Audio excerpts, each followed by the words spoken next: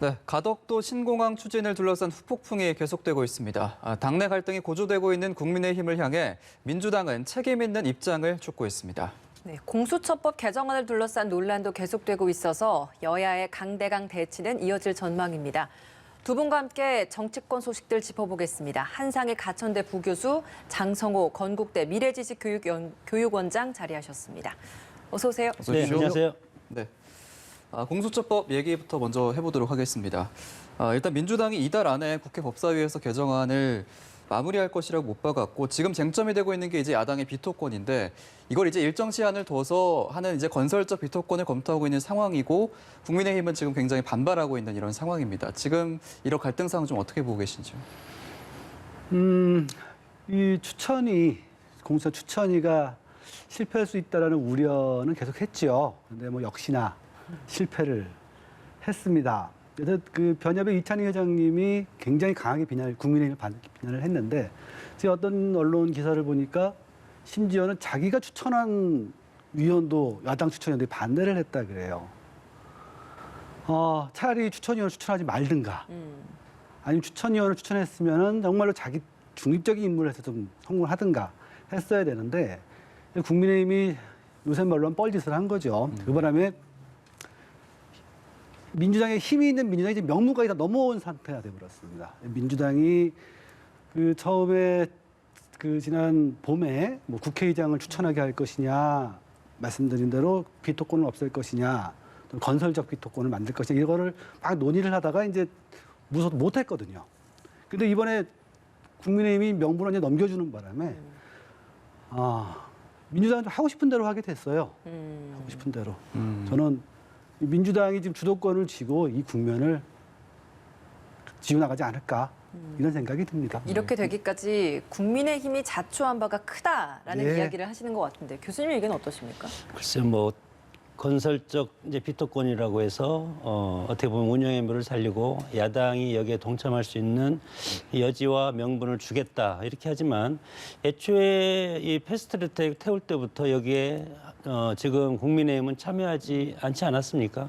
그래도 지금 뭐 팩트와 관련해서 지금 소송 중이고 그렇기 때문에 끝까지 여기에 들어올 생각은 지금 제1야당은 없는 것 같다. 그렇기 때문에 여당 입장에서는 이것이 합법적으로 국회를 통과했기 때문에 이것이 실행이 돼야 되지만 국민의힘은 우리는 여기에 찬성하지 않았고 제1야당이기 때문에 그럼에도 불구하고 2명의 추천위원이 있기 때문에 2명이 반대하면 공수처장을 정할 수가 없지 않겠습니까? 그렇기 때문에 야당은 여기에 들어올 생각이 전혀 없는 것 같고 여당 입장에서는 입법화가 되는데 이것을 또 실행하지 못하면 그것 또한 여당의 정치 무능 이런 것들로 비칠 가능성이 있기 때문에 그럼 이것을 어떻게 할까? 그래서 지금 들고 나온 것이 건설적 비토권이라는 이것은 사실은 지금 6명이 찬성해야만이 공수처장 후보가 될 수 있는데 5명으로 내리자는 겁니다. 그러면 그것은 결국은 뭐냐면 국민의힘은 빼고 우리끼리 하겠다는 똑같은 말인데 그럼에도 불구하고 이것을 지금 기존의 법 개정하는 그 취지와는 약간 좀 다르지 않습니까? 여기에서 이제 1명을 더 줄여서 5명 이상 찬성하면 공수처장 후보를 낼 수 있다. 이렇게 이제 하기 때문에 결국은 이것이 독일에 보면은 건설적 불신임제라는 것이 있습니다. 이것은 지금 그러니까 총리를 교체를 하려면 후임 총리를 뽑지 않으면 교체할 수 없다. 거기에서 이제 좀 착안해서 건설적 비토권이라는 것을 이제 들고 나왔는데 결국은 이것은 어떻게 보면은 제가 보기에는 이제 눈 가리고 아웅하는 식이 아닌가. 결국은 국민의힘은 여기에서 동참할 수가 없기 때문에 국민의힘이 지금 뭐 주장하고 있는 것은 다른 거지 않습니까? 청와대에서 여러 가지 사정관리를 지금 이제 임명하라. 뭐 이런 것이고 그런 상황에서 봤을 때 법 개정을 통해서 할 수밖에 없다. 국민의힘도 마찬가지로 법 개정을 통해서 국민 여론의 악화 이런 것들을 노리고 있는 것이 아닌가. 결국은 의회에서 국민의힘의 힘으로 살 수 있는 게 없지 않습니까? 이런 상황에서 이런 것들이 여당은 이것에 대해서 연말을 기점으로 해서 이것을 공수처장을 임명을 강행할 가능성이 상당히 커졌다고 봅니다. 그러니까 국민 여론이 이렇게 민주당이 독자적으로 법을 개정을 한 번 더 시도함으로써 여론이 악화되기를 국민의힘은 기다리는 수밖에 없다라는 말씀을 하시는 거네요. 예, 이제 야당 같은 경우는 야당이 정책 실천이라든가 정책 차안이라든가 법을 제안하거나 그런 걸 할 수 있지만 행정력을 통해서 이 집행하는 것은 정부 여당이지 않습니까? 거기에다가 또 국회마저 입법권마저 거의 지금 민주당에다 장악을 하고 있기 때문에 야당으로서는 여당의 실정 그리고 여러 가지 국민 여론, 야당의 의견을 무시해서 야당의 의견을 무시하고 여당 단독으로 국회라든가 국정을 운영하고 있다. 그래서 중도 표심을 지금 갖고 오기 위한 그런 노력밖에 할 수 있는 것이 없기 때문에 예. 과거 같으면 사실은 장외로 나갑니다. 야당은 김영삼, 김대중 야당 그때 당시에 지도자들이 있을 때는 야당은 장외투쟁이 필수적인 무기였는데 지금 같은 경우도 할 수는 있겠지만 지금 코로나19 때문에 이런 것들이 할 수가 없는 상황이기 때문에 저런 식으로 국민 여론에 호소를 하고 우리가 힘이 없기 때문에 이렇게 당할 수밖에 없다. 그렇기 때문에 국민들은 다음 선거에서 우리 야당의 힘을 키워달라. 그런 메시지를 어떤 퍼포먼스 이런 정치적인 어떤 그런 전술을 구사할 수밖에 없다고 봅니다. 예. 예. 말씀처럼 이제 국민의힘 입장에서는 뭐 뾰족한 수가 없는 상황인데 일단 내일은 여야 원내대표가 만나기로 했거든요. 네. 접점 어떻게 좀 찾을 거라고 보시는지요? 기본적으로 국민의힘은 이제 두 가지 실수가 있는데요. 하나는 어쨌든 국회를 통과한 법입니다. 국회를 통과한 법을 국회의원으로 이루어진 당이 거부를 하고 있다는 거거든요. 여기 한 건 명분이 깎이고 민주주의의 기본을 부정하는 거잖아요. 다수결의 원리를. 두 번째는 아예 그랬으면은 투사가 되어서 추천위원을 추천하지 말았어야죠. 추천위원을 추천해놓고 그 추천위원회에서 자기들이 추천한 위원마저 부정시키는 이런 이제 꼼수잖아요. 이런 두 개의 실수를 했어요. 내일 또 만나서 이야기를 해볼 텐데 국민의힘은 그 재추천을 진행하겠다는 거 아닙니까? 근데 제 공모. 예. 예, 그 이찬희 회장님 말씀하신 대로 믿어주겠어요? 그거를 안 믿어주죠. 주도권을 가지고 있는데 그러면은 여당 입장에서는 비토권 삭제든가 아니면 최소한 건설적 비토권을 주더라도 시간을 되게 짧게 잡을 겁니다. 연내 출범을 공언을 해놨기 때문에 그럼 10일, 20일로 잡아줄 텐데 그거를 찬성한다는 거는 또 이것도 백기투항과 마찬가지잖아요. 저는 굉장히 좀 어렵다고 봅니다. 만나는 건 의의가 있는데 야당이 공간이 너무 없어요. 지금 공간을 스스로 너무 좁혀놨습니다. 그래서 좀 어렵지 않을까 이런 생각을 해봐요. 예, 알겠습니다. 이렇게 여야가 충돌하고 있는데 사실 그 공수처장 추천 이외에도 또 충돌하고 있는 부분이 바로 가덕도 신공항 추진 문제입니다. 근데 이 부분은 국민의힘이 이번 일로 인해 자중질환하는 모습을 보이는 점이 어찌 보면 민주당에게는 또 호재가 되는 것 같기도 하다라는 생각이 듭니다. 지도부와 협의도 없이 그 부산 지역에 있는 지역구 의원들이 특별법을 발의를 했고 그리고 우왕좌왕하면서 김종인 비대위원장 스스로도 여러 번 표현이 좀 번복되는 듯한 모습을 보였던 점도 국민의힘에서는 큰 실책이 아닌가라는 생각이 드는데 이번 가덕도 신공항 이 문제를 두고 있는 국민의힘의 상황을 좀 어떻게 좀 판단을 하십니까? 저 공항 문제라는 것이 사실은 이제 가덕도 신공항이라는 것은 인천 국제공항과 같은 국제공항을 뜻하는 거기 때문에 상당히 파괴력이 상당히 크고 예. 파괴력뿐만 아니고 영남권 이하의 지역 국민들은 다 그쪽 지역을 왜냐하면 인천까지 오기에는 상당히 시간이 많이 걸리지 않습니까? 그렇기 때문에 정치적인 파괴력뿐만 아니고 경제적인 효과도 상당히 크기 때문에 역대 정권에서 물론 저런 것이 2007년도 2007년도인가요?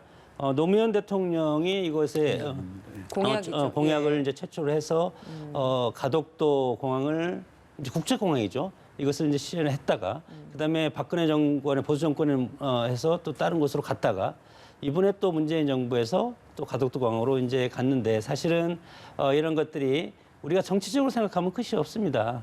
정치 그리고 정당 의 입장은 정치적 이득을 취하는 것이 일단 기본적인 것 아니겠습니까? 물론 그 어떤 명분은 국민과 어떤 국토 개발 이런 것들, 국토의 효율적 이용 이런 것들을 이제 전제적으로 이제 하는 어떤 정책 개발인데 이런 것들을 봤을 때 지금 국민의힘 같은 경우는 당심과 지역 민심 이것이 상당히 정말 애매하게 지금 걸쳐 있다 이렇게 봅니다. 당심 같은 경우는 지금 박근혜 전 대통령 정권 때 이것을 만들어 놓은 이런 김해공항을 그대로 가야 되는데 여기서 현 정권이 이것을 가덕도라는 이런 것으로 좀 바꾸지 않았습니까? 노무현 정부 때부터 추진하기 시작한. 그래서 지역 PK 같은 경우는 당연히 여기서 반대하면 또 그 지역에서 뽑아주지는 않을 겁니다. 그래서 PK 의원 15명은 가덕도 공항을 찬성할 수밖에 없고 중앙당 입장에서는 보수 정당에서 추진한 김해공항을 그대로 밀어붙여야 되는데 이렇게 밀어붙이자니 PK 또 내년 보궐선거가 걸리지 있지 않습니까? 그렇기 때문에 따라갈 수도 없고 어떻게 보면은 절묘한 어떤 그 민주당의 어떤 절묘한 그런 정치적 카드를 던졌는데 여기에서 국민의힘이 여기에서 빨려 들어가면 결국은 도와주는 꼴 그리고 이것을 도와서 죽 써서 뭐 준다는 그런 말 있지 않습니까? 이렇게 되면은 결국은 나중에 선거 때 보면 야 역시 우리 문재인 정부가 우리 부산 PK 지역을 위해서 이런 공항을 유치해 줬다. 그래서 선거를 건너갈 수가 있다는 겁니다. 물론 선거가 끝나면 그 다음에 이제 대선이 있기 때문에 대선 지역에 가서 그때 가서 이제 뭐 가덕도 신공에 대한 비판이 여론이 나올지라도 그것은 TK 지역에 머무를 가능성이 상당히 크기 때문에 이렇게 봤을 때 민주당한테는 상당히 큰 호재를 무리를 하면서도 정책을 바꿨다. 그래서 이것을 국민의힘, 야당, 제1야당이 이것을 받아들였을 때 과연 PK 지역 의원들이 이것을 찬성 안 하면 그 지역에서 다 떨어질 것이고 왜냐하면 국회의원은 그 지역에 발전해서 일하라고 있는 것 아니겠습니까? 이런 상황이기 때문에 상당히 큰 자중질환이 이룰 수도 있고 어떻게 보면은 이것이 이리 갈 수도 없고 저리 갈 수도 진퇴양난의 예. 그런 카드를 지금 국민의힘이 받았다 그렇게 봅니다. 예. 사실 이런 부분이 이제 뭐 선거를 앞두고 공약을 남발한다 봐 이런 지적도 있고 앞으로 이제 신공항 건설이라는 게 사실 뭐 예산도 많이 들고 쉬운 일이 아니라서 변수가 참 많은데 과연 민주당과 국민의힘 어느 쪽에 좀 호재가 될지 이 부분 좀 어떻게 흐를 거라고 보세요? 좀 역사를 봐야 되는데요. 참 2006년도에 그 노무현 대통령께서 그 선언하셨을 때 그때 동남권의 그 여기 수요가 이제 3천만 원, 4천만이 된다라는 그 통계를 보고하신 거예요. 지금 인천공항 1억밖에 안 되거든요. 그래서 그쪽을 얘기를 했던 건데 이게 이제 경북의 그 공항하고 이게 맞물려 버렸어요. 그래서 경북의 대구 쪽에 공항을 만드느냐 아니면 영남 PK 쪽에 공항을 만드느냐가 이제 싸웠다가 이제 경북 쪽은 해결이 됐어요. 지금 대구 그 경북 통합공항이 만들어지지 않았습니까? 군위군에. 그렇기 때문에 잘 TK 쪽에서 이렇게 반대할 일은 아닌데 아마 감정이 좀 쌓여 있는 것 같아요. 그리고 예. 이걸 이제 여당의 어떤 선거 전략만으로 바라보니까 애니싱밭 여당 아니겠습니까?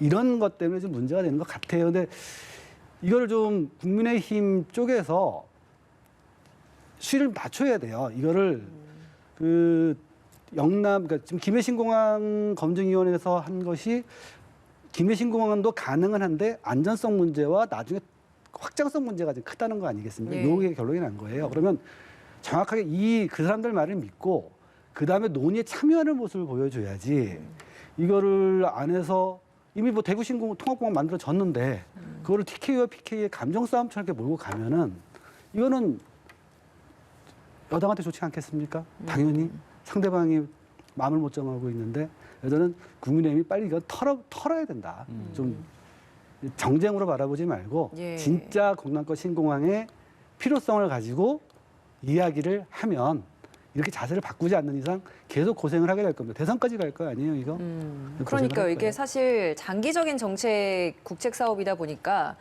당장에 이제 4개월 앞으로 다가온 이 보궐선거에만 영향을 미칠 수는 없는 그런 중요한 그렇죠. 사안일 것 같다는 생각이 든단 말이죠.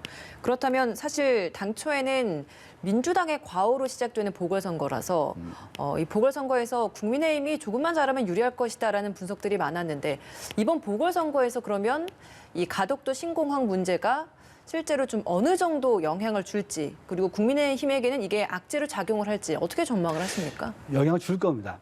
그 지난 몇 년간 잘못으로 보궐선거가 일어난 곳에 이제 다시 누가 재선되느냐를 봤을 때 대부분 그 당이 다시 되는 경우가 많아요.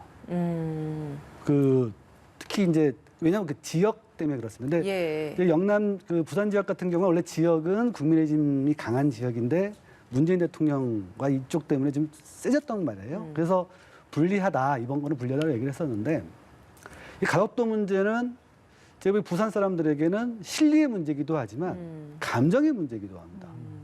근데 이 감정 문제를 잘못 건드리면 이게 사람은 감정의 동물이지 않습니까? 그래서 원래 이게 뭐 보궐선거를 겨냥했던 건 아닐 거예요. 작년 12월에 이제 시작을 했으니까 겨냥한 건 아니고 뭐 정치적 고려 없다는 말은 거짓말이고 대선을 겨냥했을 텐데 이번 보궐선거에도 여당이 좀 이득을 보게 생겼어요.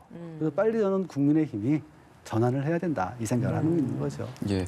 앞으로 보궐선거 또 후년에 대선까지 남겨두고 있는 상황에서 좀 어떤 영향을 미칠지 지켜봐야 될 것 같고요. 정치권 관련 소식 하나만 더 짚어보면 민주당 친문계 의원들이 싱크탱크 민주주의 4.0 연구원을 출범시켰는데 취지 어떻게 봐야 됩니까? 뭐 민주주의 2.0은 이제 노무현 대통령이 민주주의 2.0을 외쳤고 예. 그 이제 민주당 정권이 이제 4기로 가자는 겁니다. 1기가 예를 들어 1.0은 김대중 대통령 동교동계라든가 과거의 야권이죠. 진보 세력이 1.0이라고 하면 노무현 정권이 2.0이고 문재인 정부 현재가 3.0이라고 이제 생각을 하고 앞으로 4.0이면 민주주의 4.0이라는 것은 새로운 정치 세력을 새 부대에 만들어서 새로운 아젠다, 정책 그리고 여러 가지 미래 비전, 방향 이런 것들을 지금 이제 바로 내년 4월 7일 재보궐선거가 끝나면 바로 대선 국면으로 급격하게 전환이 됩니다. 예. 이런 상황에서 그 민주주의 4.0이라는 것은 민주 세력의 어떤 새로운 어떤 그 집 이런 것들을 하나 정체성 있는 어떤 아젠다를 하나 세팅을 하자. 이것이 싱크탱크라고 할 수가 있는데 이것이 보면은 뭐 물론 어떻게 보면 이것을 어떤 특정 계파가 이것을 좌지우지한다고 할 수 있지만 우리나라 정치를 보면 어떤 특정 지도자를 중심으로 해서 세력이 교체되는 그런 것들이 한국의 현 정치입니다. 이런 예. 상황에서 친문이 지금 문재인 대통령이 이제 퇴임을 하면 그다음에 새로운 정권이 들어서지 않겠습니까? 누가 되든 지금 여당이 되든 야당이 되든 그런 새로운 대통령이 되면 그 대통령을 중심으로 해서 새로운 정치 인물이죠. 정치라는 결국 사람이 하는 거기 때문에 사람이 어떻게 구성이 되냐. 물론 그 중심에는 정책과 미래 비전이 있기 때문에 그것은 이제 당의 정강 정책이라든가 그리고 집권 공약 이런 것으로 이제 나타나는 것이고 이런 상황에서 봤을 때 민주당이 드디어 이제는 차기 대선을 준비하고 있는 것이 아닌가 이렇게 생각이 들고 물론 지금 뭐 국민의힘도 마찬가지로 차기 대선을 위해서 여러 가지 지금 노력을 많이 하고 있지 않습니까? 뭐 예를 들어서 40대 뭐 경제 전문가 뭐 이런 식으로 지금 얘기하고 있고 마찬가지로 지금 민주당 정권은 이제 앞으로 내년 차기 다음 대선에서 정권을 재창출하면 4번의 어떤 이제 정권을 맡는 그런 것들이 경우가 되기 때문에 그런 것들을 대비하는 싱크탱크로서 뭐 하기 때문에 뭐 과거에 지금 현역 의원이 56명이 여기 참여하고 있고 과거에 이제 부엉이 모임 전해철, 홍영표, 황희, 김종민, 뭐 윤호중 의원 등을 비롯한 개파를 망라해서 여기에서 참여하고 있기 때문에 이것을 가지고 이제 전해철 의원이라든가 이제 몇 명이 이거에 대해서 이제 뭐 개파는 아니다 이렇게 이제 지금 얘기하고 있고 예. 그래서 차기 대선을 위한 싱크탱크의 출발이다 저는 그렇게 봅니다. 그렇군요. 기존에도 사실 민주당 내에서의 싱크탱크는 있었는데 네. 이번에 이렇게 새롭게 또 연구원을 따로 만든 취지 좀 어떻게 이해를 해야 됩니까? 사실은 연구원은 아니에요. 자기들이 연구원에 이름 붙인 거죠. 연구 모임이죠. 연구 모임이죠. 민주주의 4.0이라는 것은 이제 독일의 인더스트리 4.0이나 우리 정부 4.0처럼 원칙은 그렇습니다. 그 디지털을 통한 소통하는 이걸 이 의미를 보니까 4.0이라고 하는데 우리 교수님이 말씀하신 것처럼 4번째 민주정권을 예. 하겠다. 이 의미도 되는 것 같네요. 근데 어쨌든 저 사람들은 이제 저분들이 하신 건 아마 그 디지털 코로나 이후에 디지털 소통의 민주주의를 얘기를 하는 걸 겁니다. 다만 우리가 이제 그 국회가 새로 구성이 되거나 큰 선거를 앞두면은 의원들이 뭐 이상한 거 많이 만들어요. 뭐 민본이니 뭐니 많이 만들었잖아요. 많이 만들고 그것이 항상 계파 모임이 아니냐라는 이제 의심은 받죠. 또 예. 친한 사람들끼리 모여 만들 테니까 이게 또 계파처럼 보이기도 합니다. 제가 그 4.0에 참석한 사람들을 좀 몇 면을 봤는데 계파가 되기가 좀 어려워요. 우선 계파 보스가 없습니다. 김무성 의원처럼 이 보스가 딱 있어야 이게 뭔가 움직임이 되거든요. 근데 보스가 될 만한 사람이 하나도 없고요. 두 번째는 여기 부엉이 모임 하던 뭐 전해철 의원이나 뭐 홍영표 이런 분들도 계시고 또 이제 친낙이라고 본인은 아니라고 하는데 예. 친낙이라고 하면 정태호 전략기획위원장도 있고 이런 분들이 쫙 모여 있는 거거든요. 이분들이 생각이 다 달라요. 그리고 다르고 이게 앞으로 경선 국면 가서 정해지면 또다 갈릴 뿐이에요. 전 계파 모임이 될 가능성은 그 좀 본인들이 하고 싶든 하고 싶지 않든 예. 좀 안 될 거라고 보고요. 안될 너무 다른 거라고 보고. 의견을 가진 사람들이 많이 몰려 있다. 아마 공부를 좀 하는 것은 좀 될 것 같습니다. 원래 그 새로 국회 구성되면 의원들이 한 4개월은 공부 정말 열심히 해요. 한 1년 지나면 이제 안 해서 그렇지. 그렇습니다. 예. 그런 모임이 되지 않을까 하는 생각이 예. 듭니다. 제가 보기에는 이제 현재 이낙연 후보가 장시간 이낙연 1위를 대표, 고수, 예. 이낙연 이제 대표가 장시간 지금 여론조사 부정의 1위를 하다가 지금 이재명 지사는 추월당하고 심지어는 지금 윤석열 총장한테도 지금 추월 당한 적도 있고 예. 지금 뭐 그렇게 돼 있지 않습니까? 그렇기 때문에 부동의 1위였던 이낙연 대표가 흔들리고 있기 때문에 그러면 과연 이재명 지사한테 줄 것인가? 이런 것들이 상당히 지금 흔들리고 있다고 봅니다. 그렇기 때문에 저는 이 민주주의 4.0 이런 연구 모임이 차기 대선 주자를 다시 한번 추스려서 한번 만들어 보자. 이런 아주 속 깊은 그런 뜻이 있지 않나 이렇게 저는 전망을 합니다. 예, 알겠습니다. 이제 법무부와 검찰 갈등 얘기로 좀 넘어가 볼까 합니다. 일단 윤석열 총장이 내일 일선 검사들과 이제 오찬 간담회를 할 건데 지금 이렇게 윤 총장에 대한 대면 조사가 진행되고 있는 상황이라서 혹시 어떤 여기서 발언이 나올지 않을지 관심이 좀 쏠리고 있는데 뭐 윤 총장 마음 모르겠지만 저희가 좀 조심스럽게 예측을 해본다면 어떨까요? 사실 윤 총장님 얘기가 지금 한 두어 달째 계속되고 있는데 말씀하는 저희들도 좀 지칩니다. 원래 권력기관의 장, 고위공직자가 이렇게 정치면에 자꾸 등장하는 건 안 돼요. 그건 민주주의에 대한 위협입니다. 그러면서 굉장히 그래서 부적절한 건데 이분께서 이제 그만두시지도 않고 그렇다고 또 정치 대권 여론조사 하지 말라는 얘기도 적극적으로 안 하시는 것 같아요. 지난 8월 달에나 한번 하셨는데 이제는 그것도 안 하시는 것 같아요. 그래서 그러다 보니까 자꾸 이렇게 정치면에 이제 그 권력계의 장이 좀 올라오는 겁니다. 아주 부적절하다고 생각을 하고요. 그럼에도 불구하고 내일 예상을 하라면 며칠 동안 지난 몇 주 동안 보니까 윤 총장님이 국감에서 이제 한번 작심하고 나서 별로 얘기를 안 하세요. 각을 안 세우시더라고요. 왜냐하면 당신이 좀 흐릿하게 얘기를 해도 언론들이 알아서 각을 세워줘서 그런지 몰라도 특별하게 각을 세우거나 뭐 현안, 감찰, 수사 이런 현안에 대해서는 직접 언급은 안 하십니다. 예. 그래서 내일도 그 모호한 이야기는 모르겠는데 직접 언급은 안 하실 것 같고 그 모호한 이야기를 또 언론이 많이 해석해주는 뭐 그런 것이 또 반복되지 않을까 뭐 이 정도 생각을 하고 아마 직접적인 얘기는 안 하실 거예요. 그 정도의 지각은 있으신 것 같습니다. 예, 그러니까 상황이 워낙 법무부와 대검 간의 갈등 양상으로 좀 조명이 되다 보니까 어찌 보면 검찰총장으로서 일선 검사들과 이런 간담회를 하거나 순회를 한다는 건 일정 정해져 있는 이런 행사라고 할 수 있는 부분인데도 불구하고 이게 정치적인 해석이 좀 되는 부분이 있거든요. 어떻게 좀 보십니까? 이제 애초에 어떤 자기 직이 있거나 그 직속 상관과 부딪힐 때 애초에 처음에는 상당히 이게 위축이 됩니다. 윤석열 총장도 마찬가지로 추미애 장관이 검찰 개혁을 들고 나오면서 여러 가지 지금 뭐 지휘권 발동을 하고 있지 않습니까? 예. 이런 상황에서 처음에는 그래 새로운 장관이 검찰 개혁을 하기 위해서 저렇게 할 수 있다.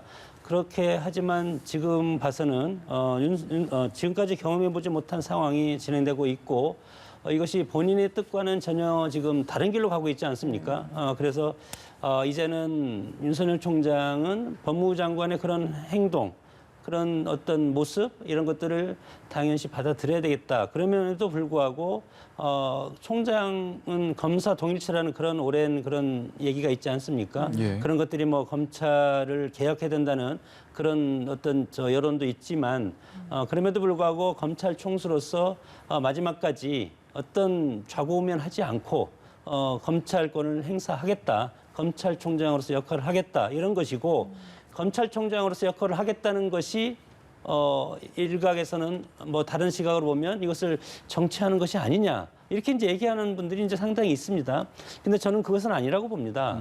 지금 윤석열 총장이 하는 것은 지금 검찰총장으로서 역할을 하는 것이지.